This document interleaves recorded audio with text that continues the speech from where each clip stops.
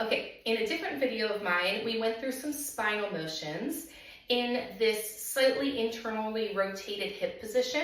I have kind of half foam yoga blocks on top of each other, but you can also use a nice tall yoga block or a yoga block turned on its side. But what you want is you're gonna sit back onto your heels and your sit bones are gonna be supported up on that yoga block.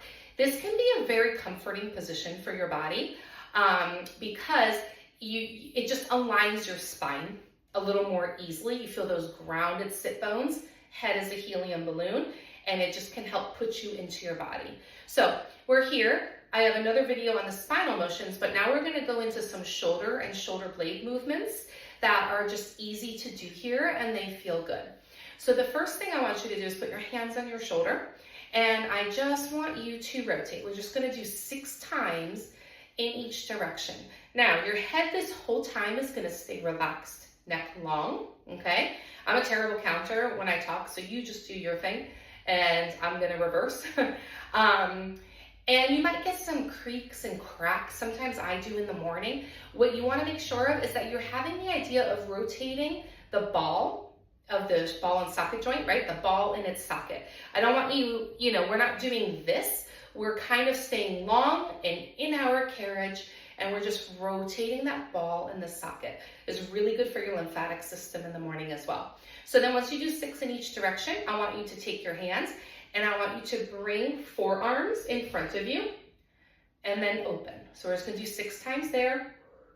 Just move with your breath. Don't hold your breath, but I don't mind how you breathe for this.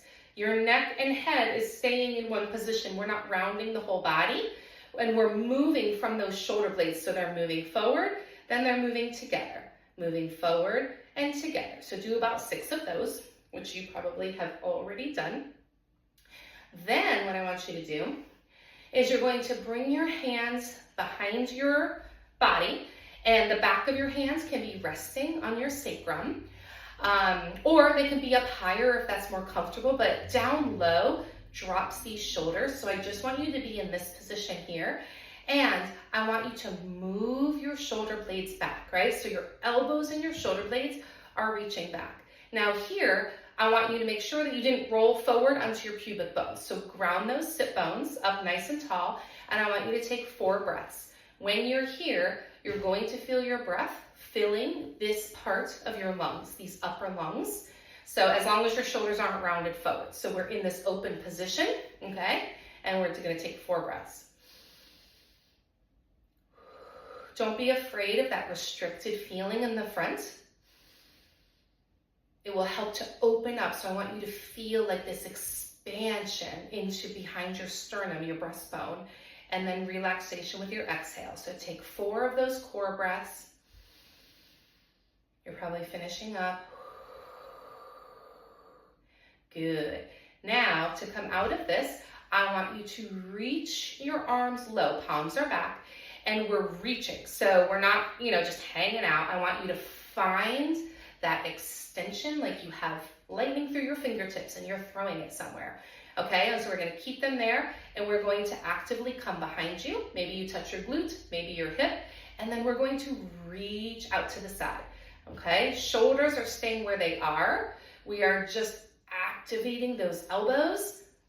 Reach behind you, do 2 or 3 more. I usually say about 6 of each. Really doesn't matter. In the morning, I'm in darkness. I never count anyway. You just do whatever feels good. And when you feel like, okay, I stretched it, you stop.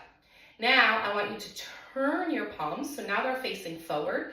Bring them up like you're sliding up your wall, right? Your fingertips are on your wall. So you're in between these 2 like panes of glass, right? And we're straight up. Now here, I want you to hold them here. I want you to notice if your shoulders are here. Bring them down and then reach out of the socket. So this is a very active pose. So I want you to take 3 breaths here. Shoulders are down, arms are reaching, elbows are straight. Throw your lightning or whatever out of your fingertips.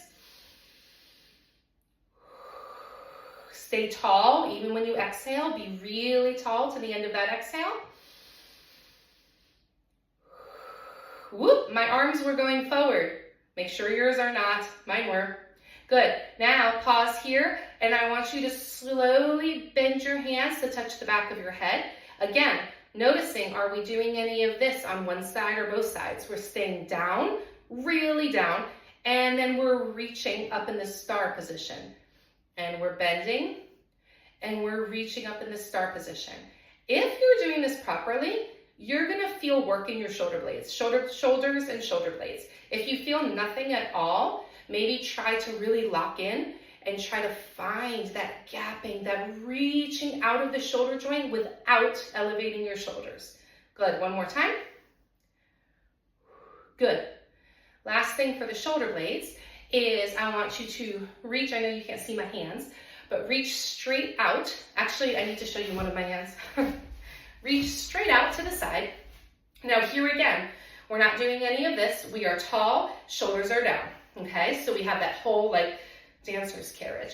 And what I want you to do from the shoulder joint is I want you to imagine a can in your hand. You are going to rotate down without this, right? So you're gonna rotate down. Then you are gonna rotate up. So we're twisting the whole fascial system from the joint right here. You can do one at a time like I'm doing right now, okay? And really get it all the way down, and then flip your palm all the way up without, a lot of times my left arm will want to bend. So really find that stretch and that reach out of the shoulder socket. So you can do one at a time, or you can take the other one. I know you can't see my hand, and we go opposite. So if left hand is turning up, my right hand is turning down, and I'm going to switch. And I'm going to reach my fingertips apart, because if I have that whole wingspan, I get less crackling in my shoulders. When your shoulders are tight, you might feel crunchy, grindy, little pops, little cracks. That's okay as long as they're not painful, but it also means let's do this a little bit more. Let's each day really open up this rotation in your shoulders.